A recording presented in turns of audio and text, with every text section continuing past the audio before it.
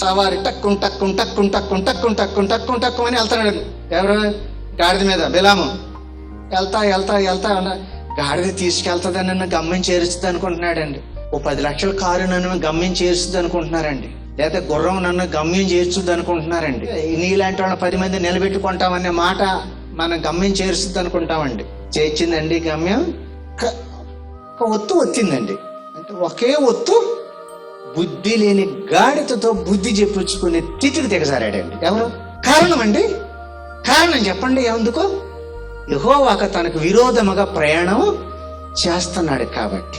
యోనా గారండి సైలెంట్గా ఎవడికి తెలియదు నా పని, సైలెంట్గా లాగిచ్చేస్తాననుకొని ఎక్కేసాడండి. సైలెంట్ గుంపులో కూర్చున్నాడండి. సైలెంట్గా ఎత్తి అవతల పడేసాడండి.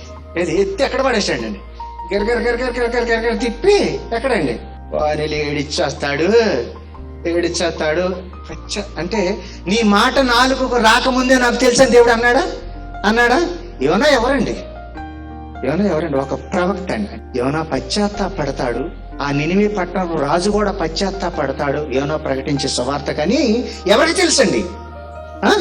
దేవునికి తెలుసండి. కాబట్టి ఆయన చేసిన తప్పుకి బుద్ధి రావటం కోసం సముద్రంలో పడేశాడు. అయ్యా, నేను అగాధంలో ఉన్నాను, నాసులో ఇరుక్కుపోయా.